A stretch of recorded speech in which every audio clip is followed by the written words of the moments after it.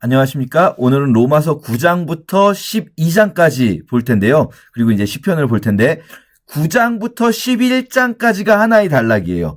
9장에서 11장이 로마서 전체에서 굉장히 조금 어떤 분들이 보기엔 애매한 단락인데 사실 저는 이제 이 부분이 바울이 정말 중요하게 말하고 싶은 거다라고 생각을 해요. 무슨 말이냐면 이제 바울 서신을 전체적인 구조를 볼 때 앞부분에서는 복음에 대해서 설명을 하고 뒷부분에서는 그러므로 너희는 이렇게 해야 된다라고 하는 권면하는 부분이 있단 말이에요. 앞부분에 설명하는 부분, 뒷부분에 권면하는 부분이 이렇게 나눠진다고 할 때 로마서 같은 경우는 명확하게 12장부터가 권면하는 부분이에요. 그러므로 형제들아 권하노니 이렇게 나오잖아요. 그러면서 여기서부터는 명령문이 많이 나와요. 그러니까 바울은 항상 그 편지의 뒷부분에 명령형으로 동사들을 쓰고 있거든요. 이렇게 해야 된다라는 말. 사실은 이 부분이 편지를 쓰는 이유예요. 그러니까 앞에서 복음에 대해 설명하는 것이 중요하지만 지금 우리에겐 어쩌면 그게 더 중요하지만 바울이 편지를 쓴 이유는 교회에 어떤 상황이 있고 혹은 자신에게 어떤 상황이 있을 때 이런 명령을 하려고 하는데 바울이라는 사람은 그냥 명령을 딱 하지 않아요. 이 사람은 복음에 대해서 설명하면서 이러한 이 하나님의 복음 때문에 그러므로 너희는 이렇게 해야 된다. 이런 식으로 논리를 전개하는 거예요. 이게 바울 서신의 대부분의 뭐 전부 다는 아니에요. 고린도전서 이런 건 이런 구조를 안 가지고 있긴 하지만 대부분의 바울 편지의 특징이에요. 특히 교회로 보내는 편지에. 그러면 12장부터가 이제 권면하는 부분이 시작된다면 11장까지가 복음을 설명하는 부분인데 이 설명하는 부분에서 우리가 로마서 전체의 주제를 오직 믿음으로 구원받는다라는 이신칭의라고 한다면 그럼 8장까지 해서 끝났어요. 이신칭의에 대한 설명 그리고 이신칭의로 인해서 나올 수 있는 부가적인 질문인 죄에 대한 설명 다 끝났어요. 근데 이신칭의에 대한 내용이 끝났는데 9장부터 11장은 뭐가 나오는가? 여기는 내가 정말 고통 가운데 증언하는데 내 형제 곧 고륙의 친척 누굽니까? 그들은 이스라엘 사람이라. 이스라엘이라는 민족. 그러니까 지금까지 바울은 무슨 얘기했냐면 민족의 이스라엘, 형을통상의 이스라엘이 진짜 이스라엘이 아니라 이 아브라함이 가졌던 믿음을 가진 자들이 참 이스라엘이다. 라고 이제 이야기를 하고 있었는데 그런데 9장부터는 혈통상의 이스라엘에 대한 이야기를 해요. 이게 9장, 10장에서도 이스라엘을 위함이니 곧 그들로 구원을 받게 함이라. 그 지금 혈통상의 이스라엘, 국가 민족으로서의 이스라엘이 하나님께 열심히 있긴 하지만 올바른 지식을 따른 게 아니다. 11장에서도 그럼 나도 이스라엘이다. 하나님이 그들을 버리셨겠냐. 이스라엘 버려지지 않았다라는 말을 하거든요. 그러니까 왜 여기에 갑자기 생뚱맞게 8장까지 해서 이신칭의에 대한 설명이 다 됐는데 9장부터 11장에 이스라엘에 대한 이야기가 나오는가? 이게 어떤 분들은 그냥 일종의 부록처럼 첨가됐다라고 말씀하시기도 하지만 사실 우리가 첫 시간에 말씀드렸는데 로마서의 주된 기록 목적은 이신칭의를 설명하고자 하는 것도 있지만 이게 메인이 아니에요. 사실 바울은 어떤 편지에서든 복음을 설명하지만 그것 때문에 편지를 쓰는 건 아니에요. 왜냐면 복음을 설명하는 건 가서 해도 되잖아요. 지금 급하게 편지를 보내야 되는 이유가 있단 말이죠. 로마서에는 두 가지의 이유가 더 있어요. 첫 번째 이유는 선교 가는데 도움을 받고 싶어요. 내가 스페인까지 선교를 가야겠는데 그런데 로마에 있는 너희들이 좀 도와줬으면 좋겠다라는 이야기 15장에서 다시 할 거고요. 그리고 또 한 가지, 이게 중요한데 바울의 이제 로마 교회에 대한 상황을 바울이 듣게 되는 거예요. 뭐 브리스길라 아굴라도 있고 바울의 친척 안드로니고와 유니아 같은 사람들도 바울의 친척인데 로마 교회에 있고 이렇게 바울이 로마 교회에 아는 사람들을 통해서 소식을 듣는데 로마 교회에 어떤 문제가 있냐? 교회가 분열되어 있는데 그 분열상이 어떻게 되어 있는가? 이스라엘 유대인 기독교인들과 이방인 기독교인들로 교회가 분열되어 있다는 것을 바울이 들어요. 그러면서 바울은 이제 앞으로 할 이야기에서 12장부터 이어지는 12장에서 15장까지 이어지는 권면하는 부분에서 뭘 권면할 거냐면 유대인들과 이방인들 너희들이 하나 되어야 한다. 이 완전 이방인, 완전 유대인 말고 유대인, 기독교인, 이방인, 기독교인이 있는 거예요. 기독교인들 중에서도 유대인이었는데 기독교인이 된 사람이 있고 이방인이었는데 기독교인이 된 사람이 있다는 거죠. 그런데 이 사람들이 지금 서로 갈라져 있어요. 16장을 보면은 로마에 있는 교회가 기독교 교회들이 서로 하나의 교회 공동체를 이루는 게 아니라 서로 다른 집에서 적어도 5개 이상의 장소에서 따로 모이는 걸로 되어 있어요. 이것들이 그냥 따로 모이는 정도가 아니라 서로 사이가 안 좋은 거죠. 그래서 이 부분이 사실은 바울이 정말 하고 싶은 말이에요. 오직 믿음으로 구원받는다는 말을 하면서 바울은 무슨 말을 했냐면요. 유대인이든 이방인이든 차별이 없다. 그리고 이제 9장부터 11장까지 무슨 말을 하려고 하냐면 그러면 육신의 유대인인 자들 그들은 뭐 다 버림받아야 되냐? 아니다라는 것. 왜냐? 로마에 있는 이방인 기독교인들과 유대인 기독교인들 중에 이방인들이 더 많아요. 더 다수파란 말이죠. 그들에게 유대인들도 하나님께 돌아올 때 그들을 우리가 얼마나 중요하게 여겨야 되는가, 유대인 기독교인들을 얼마나 중요하게 여겨야 되는가, 이 말을 하고 있는 거예요. 왜 이런 상황이 펼쳐지는가, 요거 짧게 설명을 드리면요. 우리가 사도행전에 보면 사실은 봤었어요. 잠깐. 바울이 그리스에 있는 고린도에 갔을 때 아굴라와 브리스길라 부부를 만나거든요. 그런데 그들에 대한 설명이 뭐라고 나오냐면요. 이들은 유대인인데 글라우디오가 모든 유대인을 명하여 로마에서 떠나라 한 고로 그가 브리스길라와 함께 이탈리아로부터 새롭게 왔대요. 그러니까 이 사람들은 원래 본도, 폰투스라고 하면은 튀르키예 북쪽입니다. 흑해 쪽, 이게 터키에 살던 사람, 터키 출신인데 원래 터키 살던 사람들이 아니고 원래는 로마에서 살던 사람들이에요. 이탈리아에, 로마에서 살던 사람들인데 클라우디우스 황제가, 로마의 4대 황제 클라우디우스 황제가 모든 유대인을 로마에서 떠나라는 명령을 했었던 거예요. 이게 AD 49년에 클라우디우스의 유대인 추방령이 내려집니다. AD 49년 기억해 주세요, 여러분. AD 49년에 클라우디우스의 유대인 추방령으로 로마에 있던 유대인들이 다 쫓겨납니다. 스웨토니우스라는 역사가의 기록에 의하면 뭐 쫓겨난 이유가 이제 크레스투스라는 사람에 관한 논쟁이다 라고는 하는데 그게 정확히 뭔지 우리가 알 수가 없어요.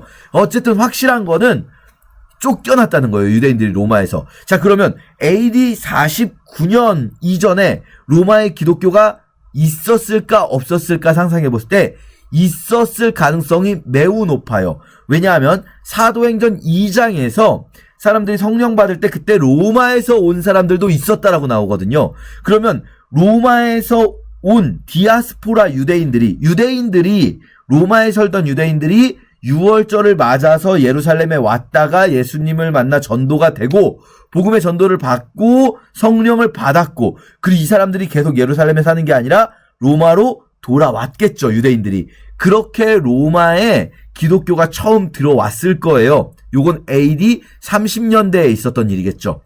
그리고 브리스길라 아굴라도요, 바울이 전도했다는 말이 없어요. 생업이 같음으로 같이 했다.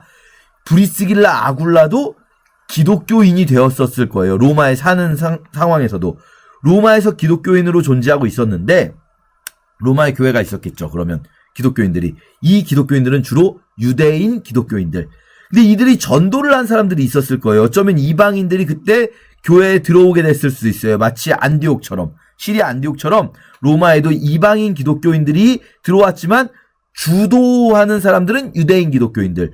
말하자면 유대인 기독교인들이 목사님, 뭐 전도사님 막 이렇게 하고 있는 교회에 이방인들이 전도가 돼서 들어온 거예요. 그런데 AD 49년에 유대인 추방령이 내려요. 자, 로마에 있는 기독교인들이 다 추방될까요? 아니에요. 유대인들만 추방돼요. 유대인들이 추방되면 로마의 교회는 남아있죠. 누구만 남아있습니까? 이방인들만 남아있는 교회가 되는 거예요. 그럼 이 이방인들끼리 교회를 계속 이렇게 운영을 해나가야 되는데 그 안에서 리더십들이 자연스럽게 나왔을 거 아니에요. 이제 유대인 기독교인들이 떠나간 그 리더십의 자리에 이방인 기독교인들이 이 리더 역할을 맡아서 했을 거예요. 자, 그렇게 로마의 기독교가 계속 이방인들 중심으로 되어 있는데 AD 49년에 유대인 추방령을 내렸던 클라우디우스 황제가 AD 54년에 죽어요. 5년 후에 죽어요. 그러면서 클라우디우스 칙령이 해제돼서 이렇게 브리스길라 아굴라가 지금 여기서 떠나왔었잖아요, 로마를. 그런데 로마서 16장을 보게 되면 브리스길라 아굴라가 로마에 다시 들어가 있는 것을 볼 수가 있습니다. 그러니까 브리스길라 아굴라를 비롯한 이 로마에서 쫓겨났던 많은 유대인들이 다시 로마로 들어갔다는 거예요. 제가 절수를 못 찾는데 어쨌든 중요한 거는 여러분 상상해 보세요. 5년이 지났어요. 목사님들이 이 유대인 목사님들이 목회하던 교회에 이방인들이 있었겠죠. 근데 유대인들이 쫓겨났어요. 그리고 5년간 자체적으로 이방인들 중에서 리더십들이 생기고 목사님들이 생기고 막 그렇게 목회를 했어요. 그런데 5년 후에 유대인들이 다시 돌아왔어요. 뭐 전부는 아니었을지라도 점차적으로 한 명 한 명 돌아오기 시작했을 거예요. 근데 이 유대인 그리스도인들과 유대인이었다가 기독교인이 된 사람들과 이방인인 상태에서 기독교인이 된 사람들, 물론 브리스길라 아굴라 같은 경우는 오히려 이방인에 가까운 사고를 하는 사람들일 수도 있지만 대체로 유대인이었다가 기독교인이 된 사람들은 이방인이었다가 기독교인이 된 사람들보다 율법 같은 걸 더 중요하게 여기겠죠. 자, 유대계 기독교인들과 이방인 기독교인 공동체가 서로 이제 뭐랄까요, 화합하지 못하는 거예요. 그렇게 로마서는 교회가 갈라져 있는 모습을 보여줘요. 믿음이 연약한 자와 믿음이 강한 자라고 표현되는데요. 그게 어떤 식으로 되어 있냐면 뭘 먹고 먹지 않는 것이라든지 혹은 어떤 날을 전날보다 좋게 여기고 별로 중요하지 않게 여기고 모든 날을 같게 여기는 사람들과 어떤 특정한 날을 더 중요하게 여기는 사람들. 이게 뭘까요? 안식일, 월삭, 절기를 중요하게 여기는 유대인들과 그렇지 않은 이방인들. 이런 식으로 교회가 지금 막 갈라지고 있는 거예요. 그런 그들에게 하나 되어야 한다라는 편지를 바울이 지금 쓰고 있는 게 바로 로마서의 중요한 목적이란 말이죠. 그렇기 때문에 9장에서 11장까지는 부록이 아니에요. 바울이 정말로 하고 싶은 얘기, 이신칭의를 쭉 설명하면서 그러면 이제 그 이신칭의의 바탕 안에서 육신의 이스라엘 저들은 어떤 상황인가를 말해줘야 되는 거죠. 왜요? 이방인 그리스도인들이 주류를 이루고 있는 로마 교회에다가 물론 이제 유대인 그리스도인들도 있긴 합니다만 그 이방인 그리스도인들이 주류를 이루고 있는 로마 교회에게 이 이스라엘에 대해서 너희가 어떻게 생각해야 하는가, 유대인 기독교인들에 대해서 어떻게 생각해야 되는가를 알려줘야 되는 거예요. 내가 이방인인 너희에게 말하노라 라고 되어 있잖아요. 결론적으로 말하면 11장의 결론은, 근데 이게 좀 바울이라는 사람이 말을 너무 정교하게 하고 싶어 하다 보니까 9장, 10장에서는 유대인들은 아무 의미 없는 거 아니야 라는 생각이 들 수도 있게 말해요. 자, 보세요. 9장에서 내가 참말을 한다, 내가 거짓말 아니다, 내가 정말 마음속에 고통이 있는데 그건 바로 이스라엘 사람들 때문이다. 그 내 육신의 가족인 이스라엘 사람들. 근데 이 이스라엘 사람들이 지금 그 육신의 이스라엘이 다 이스라엘이 아니다. 이걸 논증하는 게 우선 가요. 육신의 이스라엘이 아닌 이유가 뭐냐면 아브라함의 씨가 다 그의 자녀가 아니죠. 왜요? 아브라함이 이삭만 있는 게 아니에요, 아들이. 이스마엘도 있고요. 이스마엘 말고도 나중에 그두라를 통해서 4명의 아들을 더 낳아요. 아브라함의 아들이 많지만 이삭만 약속의 자녀죠. 왜요? 혈통이 중심이 아니라 하나님의 언약이 중심인 거예요. 그러니까 육신의 자녀가 하나님의 자녀가 아니고 오직 약속의 자녀다. 이게 지금 무슨 얘기하려고 합니까? 육신의 이스라엘이 참 이스라엘이 아니라 아브라함의 언약의 계승자가 참 이스라엘이다. 이 이야기를 하려고 하는 거예요. 그러면서 또 리브가 이야기도 합니다. 리브가가 뱃속에 2 아이를 임신했어요. 야곱과 에서. 그런데 이 에서와 야곱이 아직 태어나지도 않았을 때, 뭘 잘하고 잘못하고 아무것도 없을 때 하나님께서 야곱을 택하셨단 말이에요. 이거 하나님의 절대적 주권의 택하심이잖아요.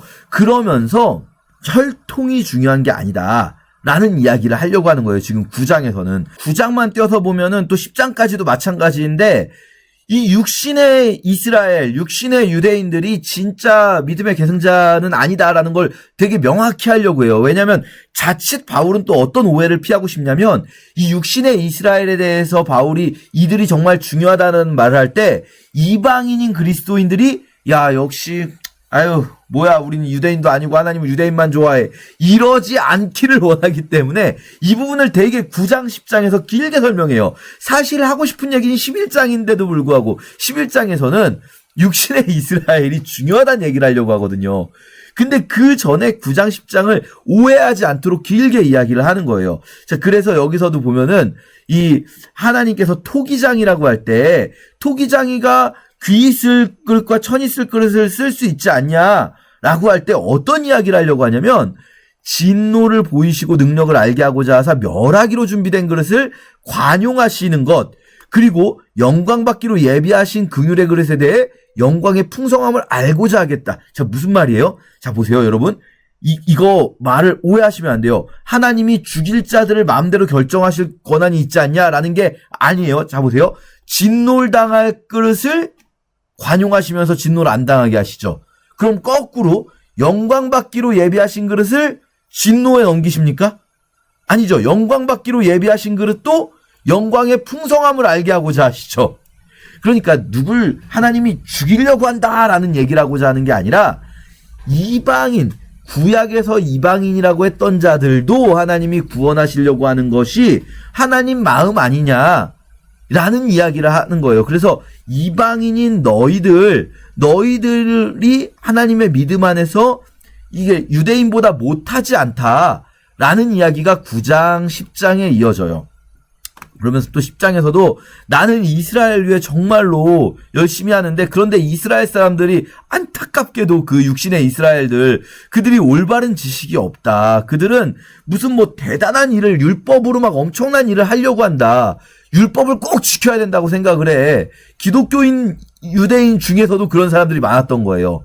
그들은 막 율법을 모세가 기록한 그 율법으로 말미암는 의를 얻으려고 하지만 그거는 불가능한데 그걸 하려고 한다. 우리는 사실 믿음으로 의에 이르는 건데 그들은 어떻게 율법을 막 하려고 한다. 그러면서 복음에 순종하지 않았다. 그 유대인들이 이 이야기를 10장까지 하는 거예요. 그래서 10장까지 보면은 이스라엘은 하나님께 순종하지 않았고 복음에도 순종하지 않았고 그래서 이 육신의 이스라엘 나쁘다는 거야? 라는 생각이 드는데 11장이 하려는 말이에요. 그런데 하나님이 자기 백성 버리지 않았다. 그럴 수 없다. 나도 이스라엘 사람이다. 너희가 이 11장에서 아주 신박한 비유가 하나가 나옵니다. 그 비유가 뭐냐면 젖부침의 비유인데요. 여러분, 나무에 원래 젖부침이라는 게 뭐냐면 과일이 맛은 있고 좋은데 그런데 이 맛있는 과일이 병충해에 약해요.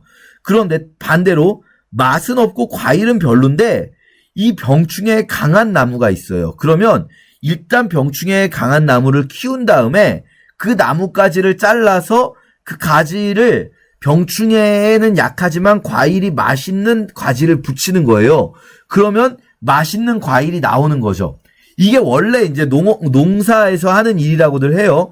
근데 지금 바울은 거꾸로 이야기를 해요. 뭐라고 말하냐면 원래 좋은 감람나무가 있었는데 그 좋은 감람나무 가지를 꺾고 돌감람나무인 너를 젖붙였다. 참감람나무, 좋은 올리브나무를 오히려 가지를 꺾고 나쁜 올리브나무를 붙였다는 거는 이건 농사적으로 생각하면 바보 같은 짓이거든요. 이러면 돌감람이 열리잖아요. 맛없는 올리브가 열리잖아요. 근데 왜 이런 짓을 하는가? 하나님이 농부가 이 돌감람나무를 붙여서 너희를 살리셨다는 거예요. 이스라엘이 꺾였기 때문에 참감람나무가 꺾이지 않았다면 너희는 붙이지 못했을 거다. 그런데 그들이 꺾였기 때문에 너희가 붙은 거다. 너희는 정말 좋은 일이 생겼지. 너희에게 좋은 일이지. 그런데 너희들 잘 생각해봐라. 하나님이 돌감람나무인 너희를 붙이셔서 살리셨다면 만약에 참감람나무인 이스라엘이 회개하고 돌아온다면 하나님이 그들을 당연히 붙이시지 않겠냐. 너는 그들을 향하여 자랑하지 말아라. 너 이방인 기독교인들아, 너희들이 유대인들이 하나님께로부터 떨어져 나갔다고 해서 야, 저들은 이제는 육신의 유대인은 이제 아무것도 아니고 믿음으로 그리스도인 된 우리들이 참 이스라엘이야 라고 자랑하지 말아라.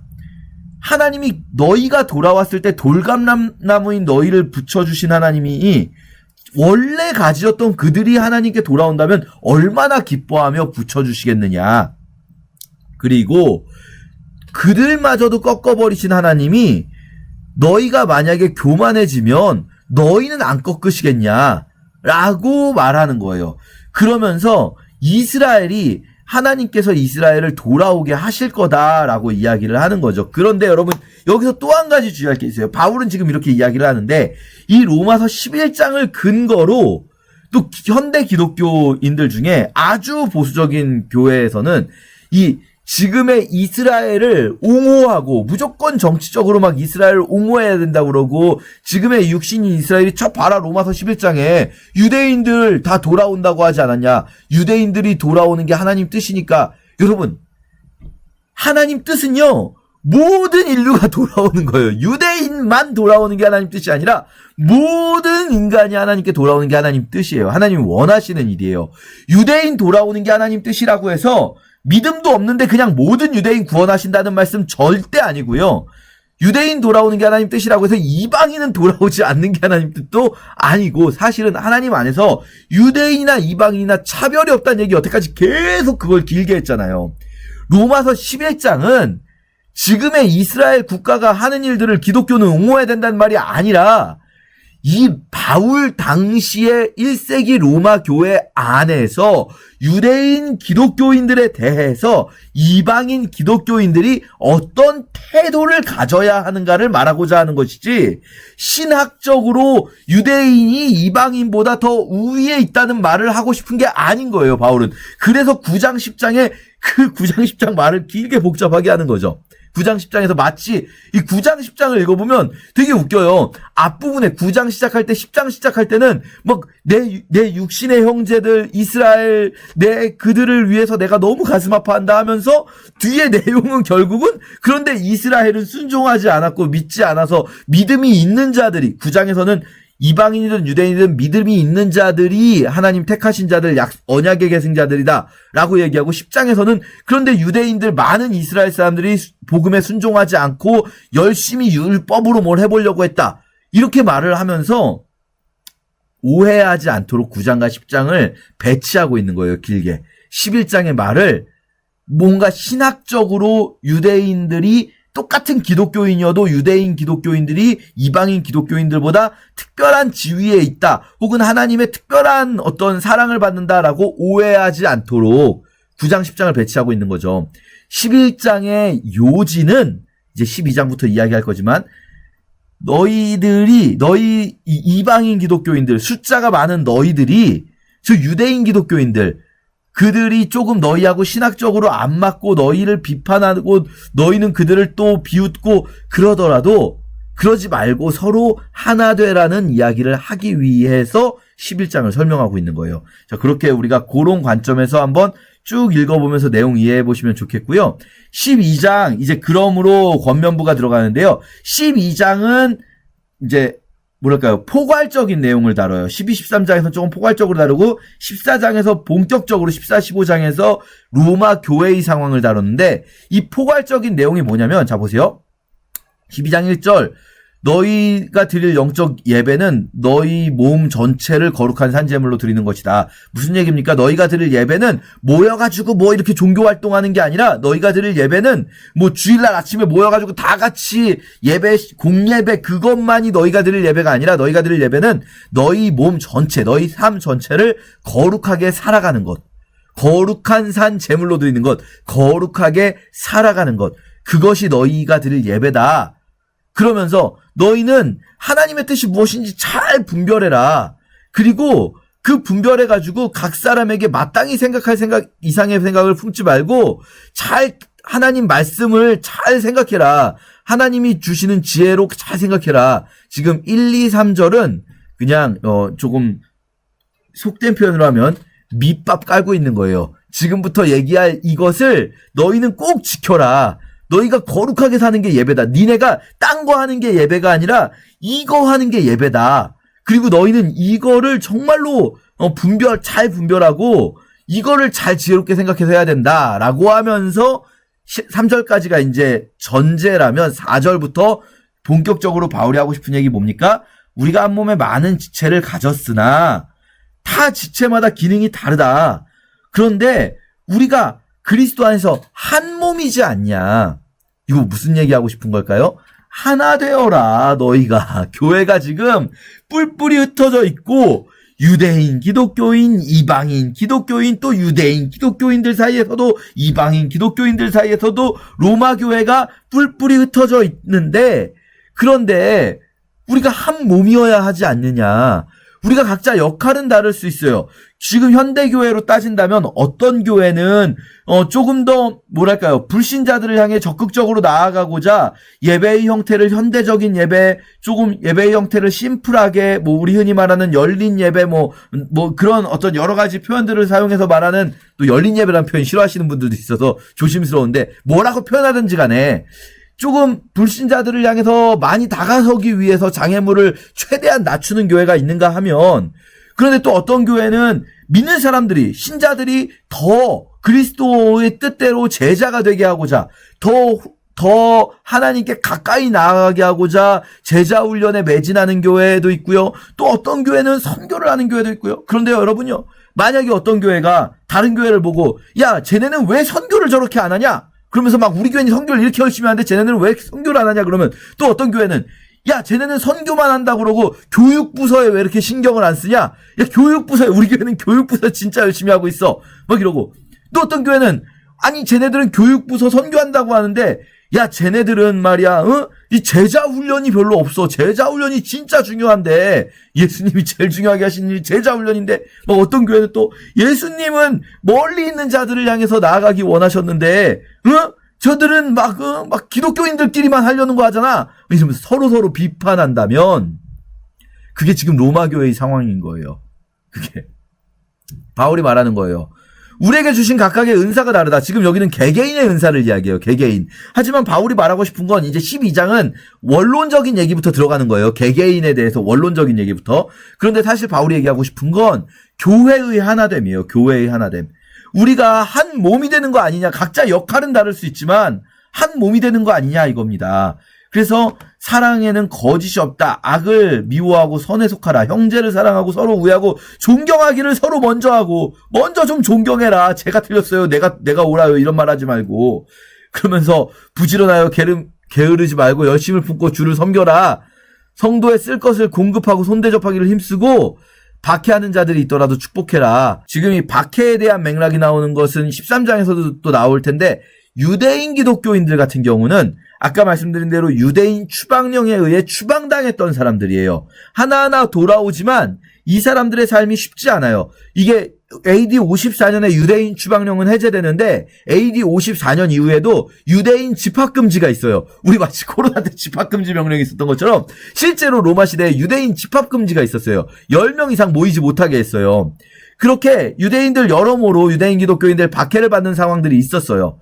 그 너희를 박해하는 자들을 축복해라. 저주하지 말아라. 그리고 또 즐거워하는 자들과 함께 즐거워하고 우는 자들과 함께 울면서 서로 한 마음을 품어라. 이방인 기독교인들, 니네들 유대인 기독교인들 무시하지 말고 우는 자들과 함께 울면서 한 마음을 품어라. 이렇게 하면서 12장에 악에게 지지 말고 선을 악으로 이기라까지 일반적인 그리스도인들 모두를 향하는 권면, 너무나 당연히 해야 할 하나됨과 서로 선으로 대해야 하는 그 권면을 합니다. 그리고 이게 이제 15장에서 좀 더 구체적으로 로마 교회에 적용되기 전까지 우리가 오늘 한번 읽어보겠습니다. 제9장. 내가 그리스도 안에서 참말을 하고 거짓말을 아니하노라. 나에게 큰 근심이 있는 것과 마음에 그치지 않는 고통이 있는 것을 내 양심이 성령 안에서 나와 더불어 증언하노니, 나의 형제 곧 고륙의 친척을 위하여 내 자신이 저주를 받아 그리스도에게서 끊어질지라도 원하는 바로라. 그들은 이스라엘 사람이라. 그들에게는 양자됨과 영광과 언약들과 율법을 세우신 것과 예배와 약속들이 있고 조상들도 그들의 것이요 육신으로 하면 그리스도가 그들에게서 나셨으니 그는 만물 위에 계셔서 세세의 찬양을 받으실 하나님이시니라. 아멘. 그러나 하나님의 말씀이 폐하여진 것 같지 않도다. 이스라엘에게서 난 그들이 다 이스라엘이 아니요 또한 아브라함의 씨가 다 그의 자녀가 아니라 오직 이삭으로부터 난 자라야 내 씨라 불리리라 하셨으니 곧 육신의 자녀가 하나님의 자녀가 아니요 오직 약속의 자녀가 씨로 여기심을 받느니라. 약속의 말씀은 이것이니 명년 이때 내가 이르리니 사라에게 아들이 있으리라 하심이라.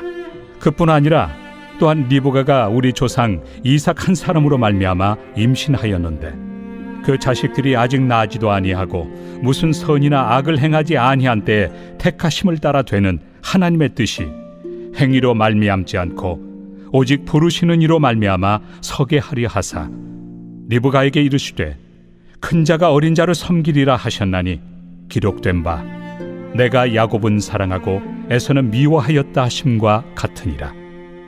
그런즉 우리가 무슨 말을 하리요? 하나님께 불의가 있느냐? 그럴 수 없느니라. 모세에게 이르시되 내가 궁휼히 여길 자를 궁휼히 여기고 불쌍히 여길 자를 불쌍히 여기리라. 그런즉 원하는 자로 말미암음도 아니요 다른 박질하는 자로 말미암음도 아니요 오직 긍휼히 여기시는 하나님으로 말미암음이니라. 성경이 바로에게 이르시되 내가 이 일을 위하여 너를 세웠으니 곧 너로 말미암아 내 능력을 보이고 내 이름이 온 땅에 전파되게 하려 함이라 하셨으니 그런즉 하나님께서 하고자 하시는 자를 긍휼히 여기시고 하고자 하시는 자를 완악하게 하시느니라. 혹 내가 내게 말하기를 그러면 하나님이 어찌하여 허물하시느냐 누가 그 뜻을 대적하느냐 하리니 이 사람아 내가 누구이기에 감히 하나님께 반문하느냐 지음을 받은 물건이 지은 자에게 어찌 나를 이같이 만들었느냐 말하겠느냐. 토기장이가 진흙 한 덩이로 하나는 귀히 쓸 그릇을 하나는 천히 쓸 그릇을 만들 권한이 없느냐. 만일 하나님이 그의 진노를 보이시고 그의 능력을 알게 하고자 하사 멸하기로 준비된 진노의 그릇을 오래 참으심으로 관용하시고 또한 영광 받기로 예비하신 바 긍휼의 그릇에 대하여 그 영광의 풍성함을 알게 하고자 하셨을지라도 무슨 말을 하리요? 이 그릇은 우리니 곧 유대인 중에서뿐 아니라 이방인 중에서도 부르신 자니라. 호세야 그래도 이르기를 내가 내 백성 아닌 자를 내 백성이라 사랑하지 아니한 자를 사랑한 자라 부르리라. 너희는 내 백성이 아니라 한 그곳에서 그들이 살아계신 하나님의 아들이라 일컬음을 받으리라. 또 이사야가 이스라엘에 관하여 외치되 이스라엘 자손들의 수가 비록 바다의 모래가 들지라도 남은 자만 구원을 받으리니 주께서 땅 위에서 그 말씀을 이루고 속히 시행하시리라. 또한 이사야가 미리 말한 바 만일 만군의 주께서 우리에게 씨를 남겨두지 아니하셨더라면 우리가 소돔과 같이 되고 고모라와 같았으리로다. 함과 같으니라. 그런즉 우리가 무슨 말을 하리요? 의를 따르지 아니한 이방인들이 의를 얻었으니 곧 믿음에서 난 의요 의의 법을 따라간 이스라엘은 율법에 이르지 못하였으니 어찌 그러하냐. 이는 그들이 믿음을 의지하지 않고 행위를 의지함이라. 부딪힐 돌에 부딪혔느니라. 기록된 바 보라 내가 걸림돌과 거치는 바위를 시온에 두노니 그를 믿는 자는 부끄러움을 당하지 아니하리라. 함과 같으니라. 제10장.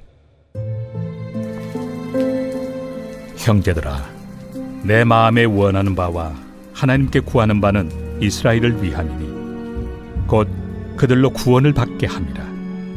내가 증언하노니 그들이 하나님께 열심히 있으나 올바른 지식을 따른 것이 아니니라. 하나님의 의를 모르고 자기 의를 세우려고 힘써 하나님의 의에 복종하지 아니하였느니라. 그리스도는 모든 믿는 자에게 의를 이루기 위하여 율법의 마침이 되시니라. 모세가 기록하되 율법으로 말미암는 의를 행하는 사람은 그 의로 살리라. 하였거니와 믿음으로 말미암는 의는 이같이 말하되 내 마음에 누가 하늘에 올라가겠느냐 하지 말라 하니 올라가겠느냐 함은 그리스도를 모셔 내리려는 것이요 혹은 누가 무저갱에 내려가겠느냐 하지 말라 하니 내려가겠느냐 함은 그리스도를 죽은 자 가운데서 모셔 올리려는 것이라.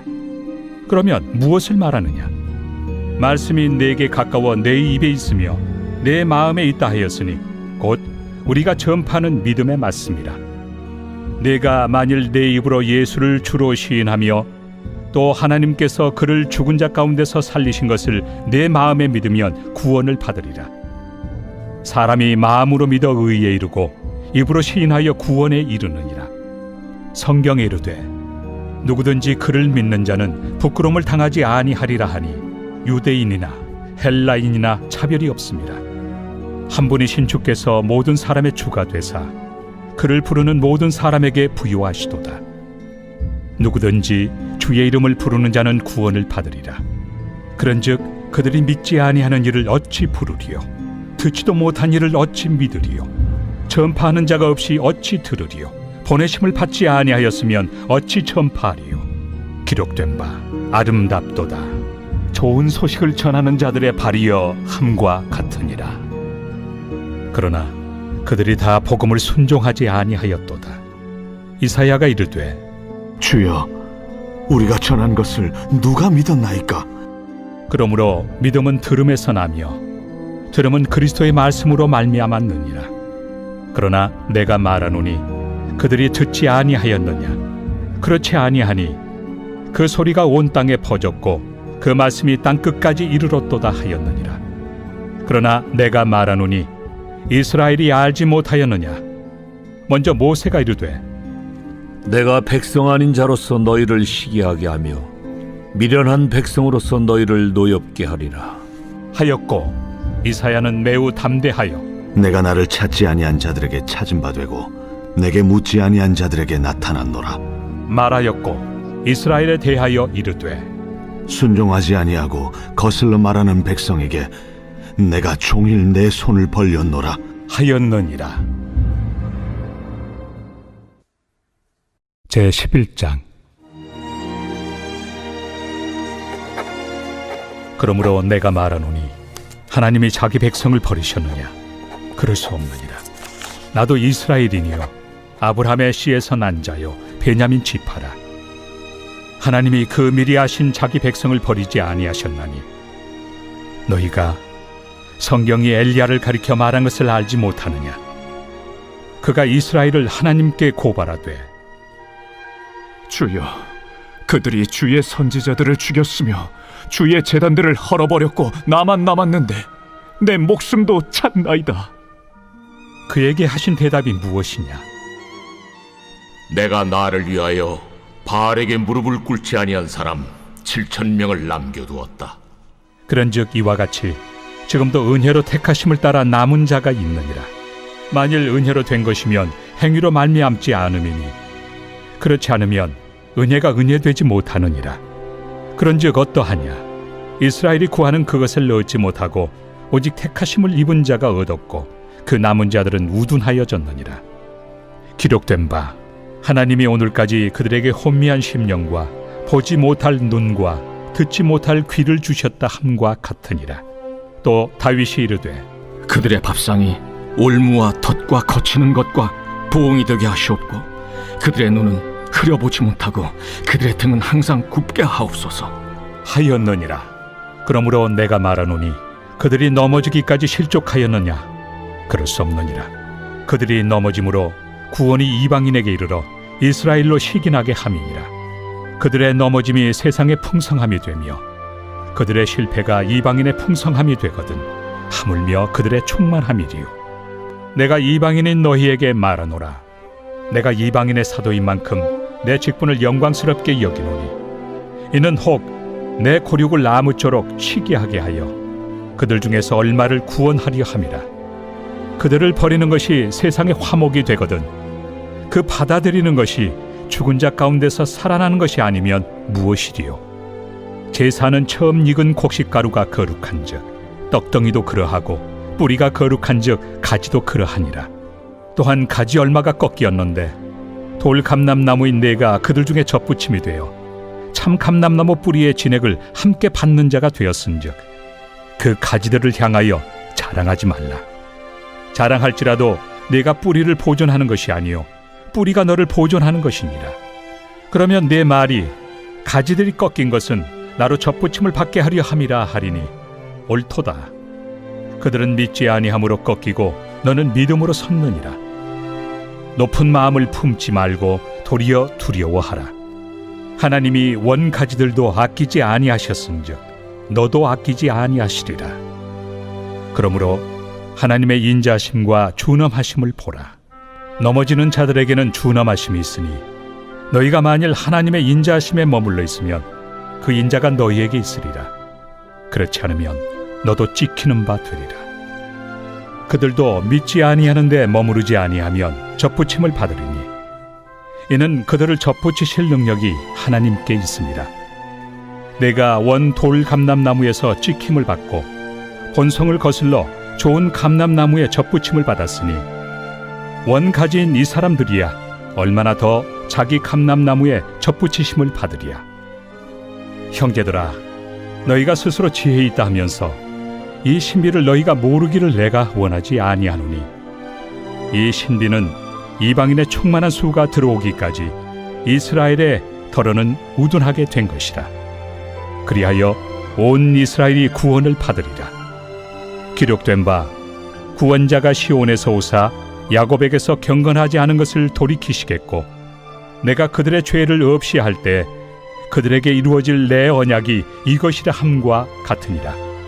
복음으로 하면 그들이 너희로 말미암아 원수된 자요 택하심으로 하면 조상들로 말미암아 사랑을 입은 자라. 하나님의 은사와 부르심에는 후회하심이 없느니라. 너희가 전에는 하나님께 순종하지 아니하더니 이스라엘이 순종하지 아니하므로 이제 긍휼을 입었는지라. 이와 같이 이 사람들이 순종하지 아니하니 이는 너희에게 베푸시는 긍휼로 이제 그들도 긍휼을 얻게 하려 하심이라. 하나님이 모든 사람을 순종하지 아니하는 가운데 가두어 두심은 모든 사람에게 긍휼을 베풀려 하심이로다. 깊도다. 하나님의 지혜와 지식의 풍성함이여 그의 판단은 헤아리지 못할 것이며 그의 길은 찾지 못할 것이로다. 누가 주의 마음을 알았느냐? 누가 그의 모사가 되었느냐? 누가 주께 먼저 드려서 갚으심을 받겠느냐?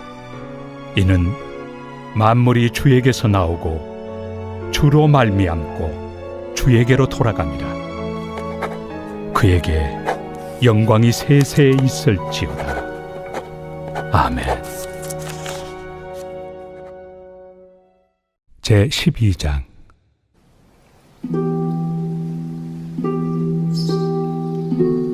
그러므로 형제들아, 내가 하나님의 모든 자비하심으로 너희를 권하노니 너희 몸을 하나님이 기뻐하시는 거룩한 산제물로 드리라.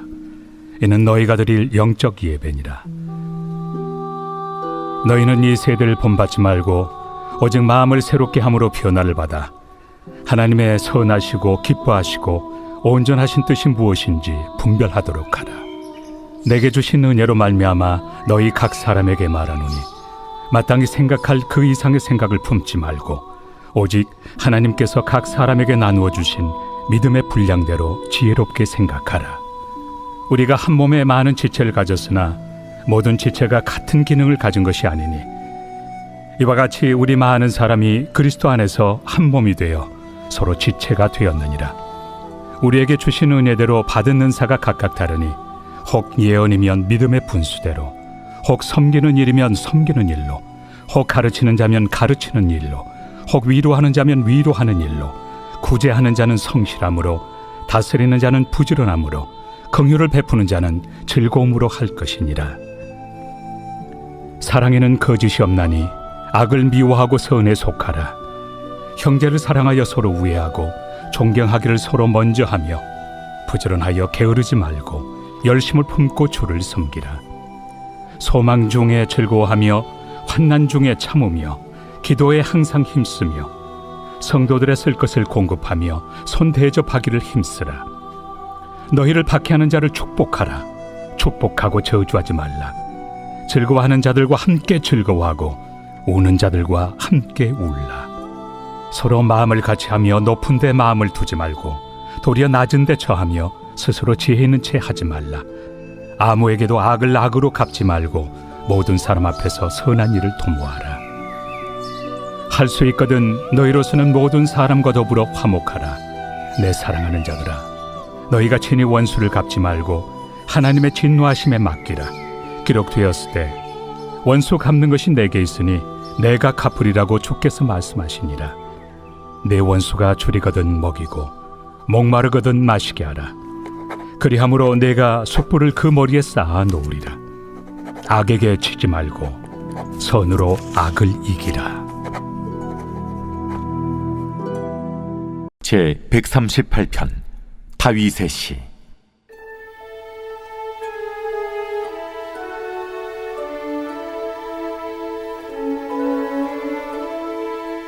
내가 전심으로 주께 감사하며 신들 앞에서 주께 찬송하리이다.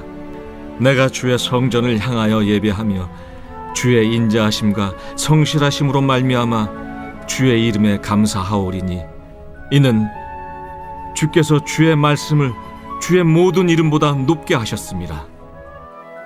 내가 간구하는 날에 주께서 응답하시고 내 영혼에 힘을 주어 나를 강하게 하셨나이다.